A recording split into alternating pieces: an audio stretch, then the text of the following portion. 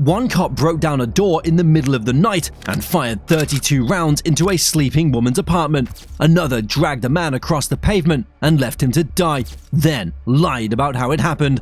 Here's how two humans became victims of a system that was supposed to protect them, and what their stories reveal about the deeper rot in American policing. Fell on deaf ears. Let me see your hands! Put your hands behind your back. Give me your hand. Before George Floyd, there was Ronald Green in 2019.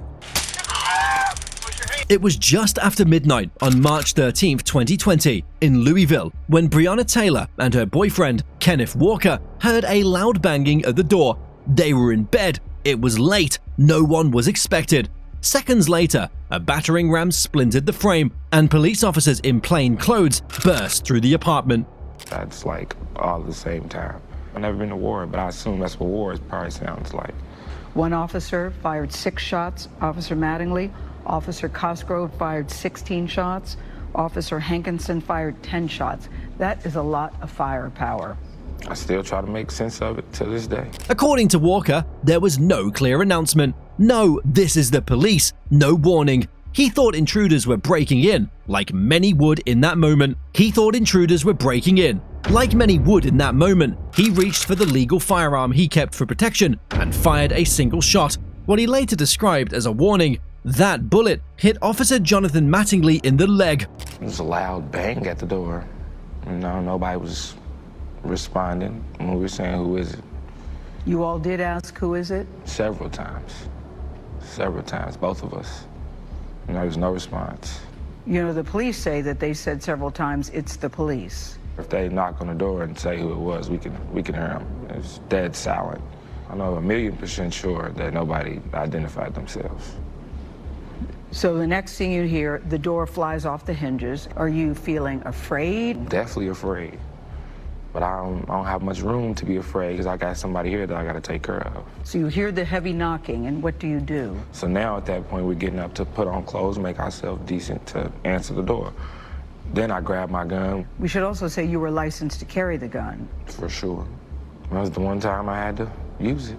I mean, if it was the police at the door and they just said we're the police, me or Breonna didn't have a reason at all not to open the door and see what they wanted. So the doors fly off the hinges. I let off one shot, and I'm figuring if somebody's trying to break in or something, they're not gonna want to do anything after. What came next was chaos. Police returned fire with 32 rounds, letting off 2 separate volleys. They fired blindly into walls, through windows, and into neighboring units. Breonna was hit multiple times, most of the bullets striking her in the hallway as she tried to make sense of what was happening. She never made it out alive.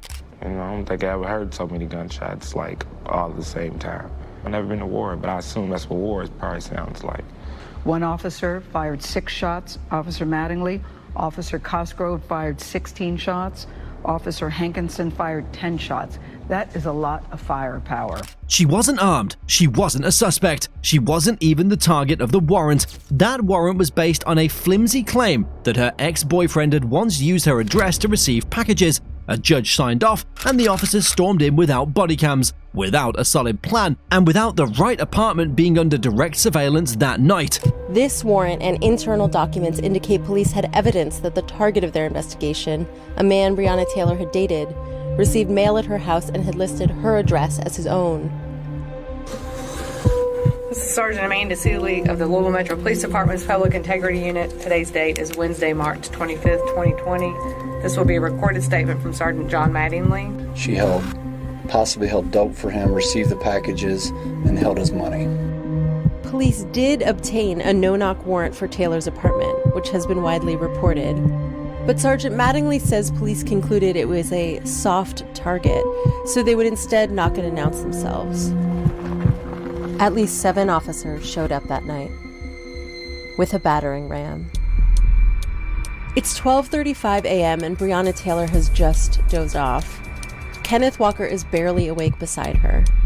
We're home. Into bed. It's 12 at night. Our day's over. Officers arrive at the apartment complex. Mattingly says he's in plain clothes with a vest that reads police. They line up. Mattingly is to the left of Taylor's front door, with Officer Cosgrove and another officer behind him. After the shooting, officers arrested Walker and initially charged him with attempted murder. He was taken in and questioned for hours while Breonna's body lay on the floor. No officer rendered medical aid. In fact, Walker later said the officer seemed more concerned with controlling the scene than saving a life. Dramatic body cam footage released by the Louisville Metro Police Department shows Kenneth Walker, Breonna Taylor's boyfriend, moments after her death. What did I do? What did I do? Who else is in the apartment? Nobody. My girlfriend's dead. Tell them we have 11015. What? How's your girlfriend? I don't know. Inside? Yeah, somebody. I was banging at the door and she said, "Who is it?" And the other started shooting. No, we down 3 times. Police search warrant. There's someone in there dead? Yeah, my girlfriend. Who was shooting at us? It was her house. Breonna's death sparked national protests. She became a symbol, a name shouted alongside George Floyd's, but the legal process didn't reflect that outrage. A grand jury declined to charge Mattingly or Cosgrove, the officers who fired the shots that killed her.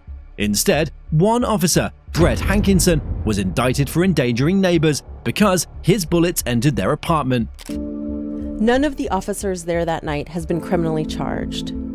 Sergeant Mattingly and Officer Cosgrove are on administrative reassignment, as is the officer who secured the warrant. Officer Hankinson, who shot through the patio door, was terminated for firing wantonly and blindly and showing extreme indifference for human life. Through their attorneys, the officers declined to comment, as did the Louisville Metro Police Department. Years later, the real chaos began. It turned out that the warrant used in the raid was based on false information. Officer Kelly Goodlett, who helped prepare the affidavit, admitted in court to fabricating evidence. Then, in 2024, Hankinson was found guilty by a federal jury of violating Breonna's civil rights. In July 2025, he was sentenced to just under 3 years in prison. The former Kentucky police officer convicted in the death of Breonna Taylor, Brett Hankinson, will spend nearly 3 years in prison. Now, he was found guilty last year of violating Taylor's rights when he fired 10 shots into her home during a police raid in 2020. Well, his sentence means the judge rejected a recommendation from the U.S. Justice Department for no prison. Still, Breonna's family has never seen true justice. Her death was labeled a mistake, a miscommunication, an unfortunate chain of events, but for many, it was a glaring example of systemic failures, where policing can cross the line into violence and accountability turns into excuses. Tamika Palmer, her family from day one fought to get Brett Hankinson and those responsible to go to prison for her daughter's death. And even though it's not what we wanted, we thought that he should have gotten more time. We are grateful to Kristen Clark, Merrick Garland, and the Department of Justice, who had the courage for the first time in the history to bring federal charges against a police officer for killing a black woman in America. 5 years now to get equal justice.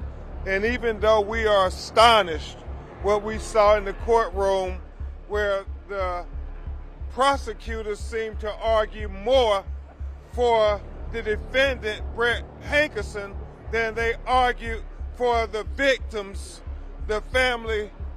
And then there's Ronald Green. He didn't die in a quick barrage of bullets, he died slowly, begging, bleeding, and beaten. While officers covered it up for years, if Breonna's death was shocking in speed, Ronald's was horrifying in its silence. He's grabbing me! Okay, I'm scared! Put your fucking hands behind your bed, motherfucker! Let me see your hands! Put your hands behind your back, bitch! Give me your fucking hands! Put your hands behind your back. Taser. Put your hands behind your back. Behind your back. On May 10th, 2019, Ronald Green was running for his life. A state trooper had tried to stop him on a Louisiana highway for a traffic violation, and Green, a 49-year-old barber, panicked. He sped off, reaching over 115 miles per hour. That alone doesn't excuse fleeing, but what came next defied reason. His cries I'm scared. I'm scared. fell on deaf ears. Let me see your hands. Put your hands behind your back. Give me your hand. Before George Floyd, there was Ronald Green in 2019. A traffic stop turned into a tase fest. Troopers in Louisiana punched and stunned him until he went limp. When the chase ended, Green's car was boxed in. Officers yanked him out, tased him, punched him, and put him in shackles. He begged them for mercy, said he was sorry, told them he was scared. He wasn't combative. He wasn't armed. He tried to roll on his side to breathe. That's when Trooper Corey York dragged him face down across the pavement and screamed at him to lay on your belly. Let me see your How a traffic stop I'm scared. I'm scared. turns into this? Oh no, get out of the house. I'm scared. I'm just scared. It took troopers 4 minutes to get 49-year-old Ronald Green out of his car and in handcuffs, but not before the punching, the tasing, and kneeling on his back. Put your hands behind your back. Put your hands behind your back. Look, you're about to get it again if you don't put hands behind your back. They finally got him cuffed, sat him up. He was battered and bloodied, appearing to lose consciousness. You stupid. No one gave him aid. Instead, they cleaned his blood off themselves with sanitizer. They left him on the ground, moaning and gasping for breath for over 9 minutes. By the time he was loaded into an ambulance, still handcuffed and now unresponsive, he was gone. When we got there, he was apneic and I could not find a pulse. So we moved him quickly to the... All right. Which in lay terms mean that you saw no signs of life on the scene? At the hospital, police claimed Green crashed into a tree, but the injuries didn't match. He had stun gun probes in his back, his head was battered, there was no real crash damage. Doctors were skeptical, investigators were misled, and body cam footage? It somehow didn't exist. We're blurring these photos because they're extremely graphic, but the family did share these images with us. Green was badly bruised with markings from the taser all over his body. That's what Lieutenant John Clary told them. The highest-ranking officer at the scene insisted he had no footage, but later it surfaced. Not only did he have body cam video, he turned it off on purpose. It captures everything: the violence, the dragging, the shouting, the silence that followed.